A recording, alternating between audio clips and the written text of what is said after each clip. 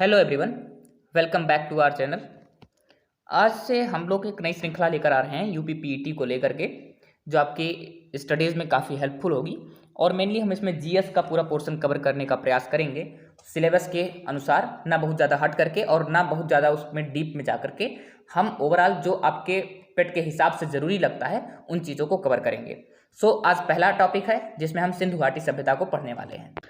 सिंधु घाटी सभ्यता, इसका कालक्रम कब से कब तक? अगर हम कार्बन डेटिंग पद्धति से बात करें तो वो सर्वमान्य रूप से 2350 ईसा पूर्व से लेकर के 1750 ईसा पूर्व तक माना गया है सिंधु घाटी सभ्यता का काल।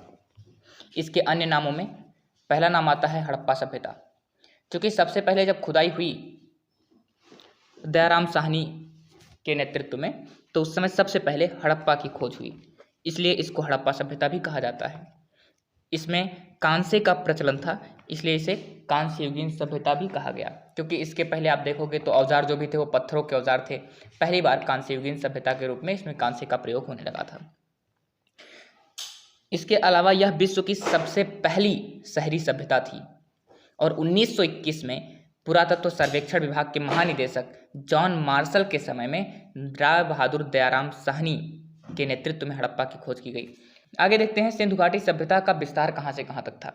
अगर आप मैप में देखेंगे तो आपको पता चलेगा इसकी उत्तरी सीमा जम्मू के मांडा तक फैली हुई थी और दक्षिणी सीमा महाराष्ट्र के दायमाबाद तक थी।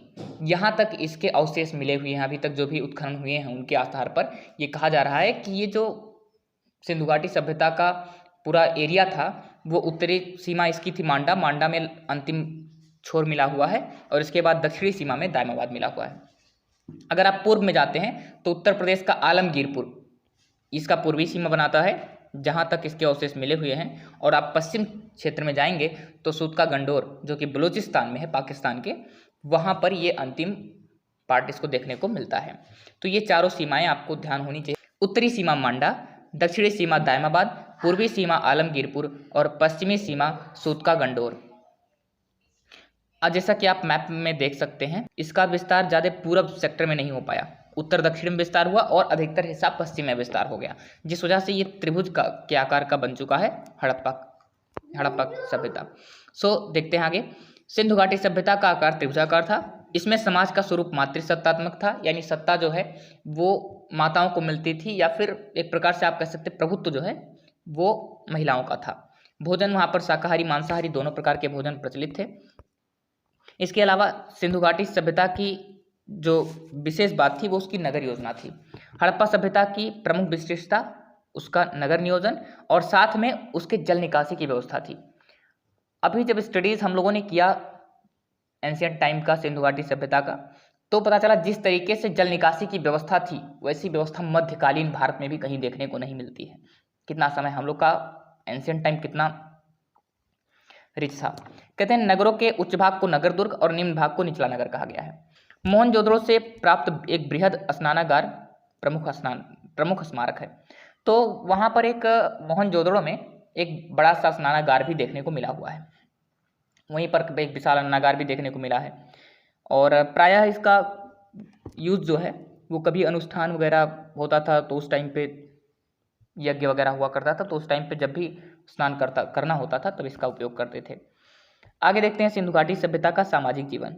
इनमें परिवार मातृसत्तात्मक था, आपको पहले ही बता दिया गया है कि इनमें स्त्रियों का प्रभुत्व था। दूसरी चीज, समाज 4 वर्गों में विभाजित था, विद्वान, योद्धा, व्यापारी और शिल्पकार।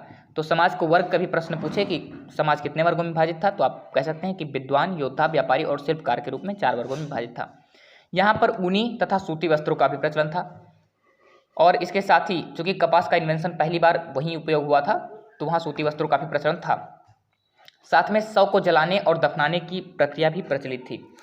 इसके अलावा धार्मिक व्यवस्था में आ पाएंगे तो मातृ देवी की पूजा हुआ करती थी और ये एक मुख्य कारण है जिस वजह से मानते हैं कि वो सभ्यता जो है वो मातृसत्तात्मक थी, क्योंकि यहाँ जो धार्मिक व्यवस्था थी उसमें लोग मातृ देवी को ज़्यादा प्रेफरेंस दिया करते थे। साथ में वृक्ष, कुबड़ वाला सांड और नाग, इनकी भी पूजा हुआ करती थी, यानी प्रकृति के पक्ष में भी ये लोग रहा करते थे। अब आप देखें तो वृक्ष प्रकृति का सूचक है, सांड है, नाग है, तो ये प्रकृति से भी जुड़े हुए लोग थे। इसके अलावा मोहनजोदड़ो से प्राप्त एक मुहर पर पाशुपत शिव की मूर्ति मिली है। इससे अनुमान लगाया जाता रहा है कि वहाँ पर पाशुपत शिव की भी पूजा की जाती रही है। आर्थिक जीवन की बात कर लेते हैं। तो आर्थिक जीवन का मुख्य आधार जो था वहाँ पर कृषि था, पशुपालन था, शिल्प था और व्यापार था। तो वहाँ कई प्रकार के हमको फसलें भी मिली हुई हैं जिनके आधार पर हमको ये पता चलता है कि कृषि वहाँ समृद्ध थी। पशुपालन की भी व्यवस्था वहाँ पर मिली हुई है, जैसे बैल, भेड़, बकरी आदि के अवशेष मिले हुए हैं। साथ में वहाँ पर शिल्प का भी प्रचलन काफ़ी ज़्यादा था, क्योंकि कई सारे आप देखोगे तो कई प्रकार की मूर्तियाँ और अन्य कई सारी चीज़ें आपको देखेंगी जो कि बताती हैं कि वहाँ पर शिल्पकारी जो है वो कितना ज़्यादा वाइड लेवल पर हुआ करता था। और साथ में व्यापार का तो पूरा माध्यम ही था। आप देखोगे तो वहाँ अफ़गानिस्तान, ईरान से वो लोग टीन आयात करते थे, खैतरी बलूचिस्तान से वो लोग तांबा आयात करते थे, और भी कई जगह से कई सारी चीज़ें वो आयात किया करते थे। तो इन सारी चीज़ों से पता चलता है कि वो काफ़ी व्यापार में भी काफ़ी आगे थे। बट एक जो व्यवस्था मिली है वहाँ पे कि वहाँ पर सिक्के नहीं मिले कोई। इतनी खुदाई हुई हड़प्पा, मोहनजोदड़ो, लोथल वगैरह वगैरह, लेकिन कहीं पर सिक्के नहीं मिले हैं, जिससे ये अनुमान लगाया जाता है कि शायद जो है व्यापार जो है वो वस्तु विनिमय के आधार पर हुआ करता था। चलिए अगला पॉइंट देखते हैं।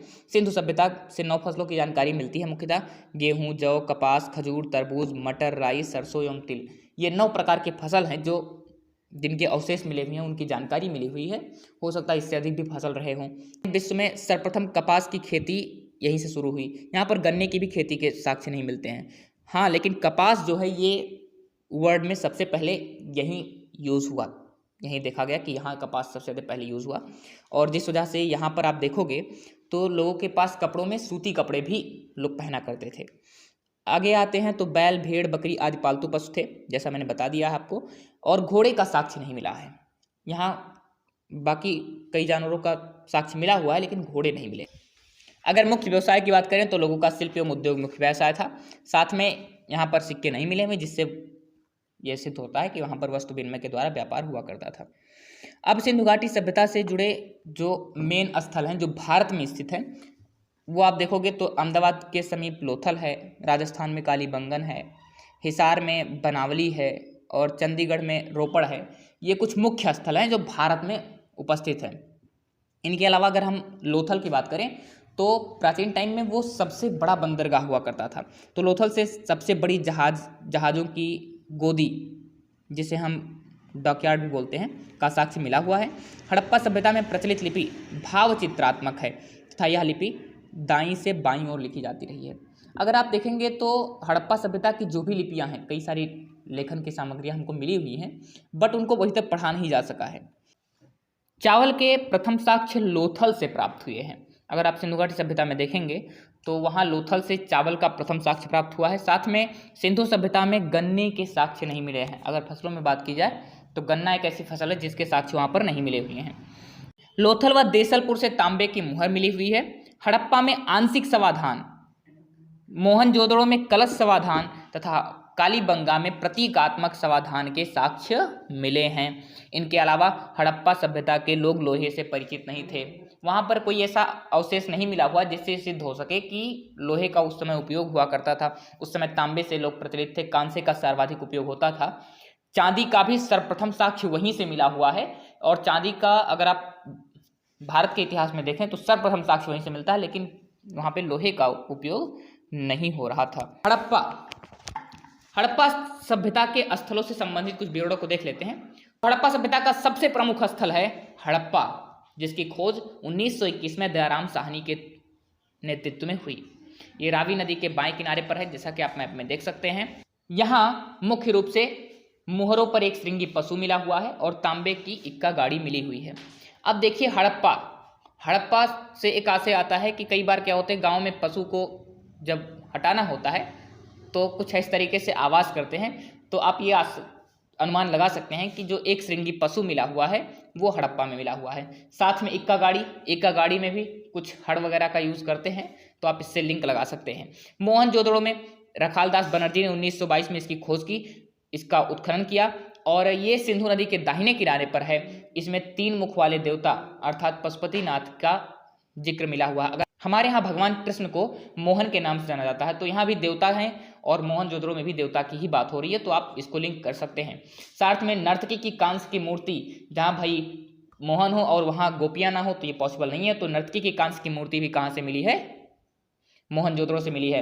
विशाल अन्नागार व स्नानागार, ये तो काफ़ी बचपन से ही हमने सुना हुआ है कि मोहनजोदड़ो से ही विशाल अन्नागार और स्नानागार मिले हुए हैं, तो इनको तो याद करने के लिए हमें किसी ट्रिक की जरूरत नहीं पड़ेगी। आगे आते हैं चंदूहड़ो। चंदूहड़ो की खोज 1931 में एन सी मजूमदार ने खुदाई के दौरान इसका खोज किया। ये सिंधु नदी के किनारे है और यहाँ पर मनके बनाने के कारखाने देखने को मिले हैं। इसके अलावा कालीबंगा की बात करें, यहाँ बीबी लाल एवं बी के थापर के नेतृत्व में 1953 में इसकी खोज हुई। यह घग्घर नदी के किनारे स्थित था और यहाँ पर जुते हुए खेतों के साक्ष्य मिले हैं, साथ में अग्निवेदिका मिली है और पकी हुई मिट्टी का हल मिला है, साथ में नक्काशीदार ईंट मिली हैं। तो यहाँ जुते हुए खेत मिले हैं। अगर आप कालीबंगा में बात करें तो यहाँ काली शब्द आता है, काली शब्द से आप रिलेट कर सकते हैं कि काली मिट्टी एक प्रकार की होती है, तो यहाँ जुते हुए खेत मिल सकते हैं।